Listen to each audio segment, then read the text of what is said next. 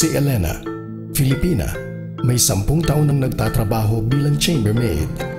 Mahirap, malungkot, iniisip ko na lang para sa mga anak ko ito. Habang inaayos ko yung mga kama dito sa hotel, iniisip ko kung maayos din ba yung tulugan ng mga bata. Minsan naisip ko na baka dapat mag-invest na rin ako sa isang condo.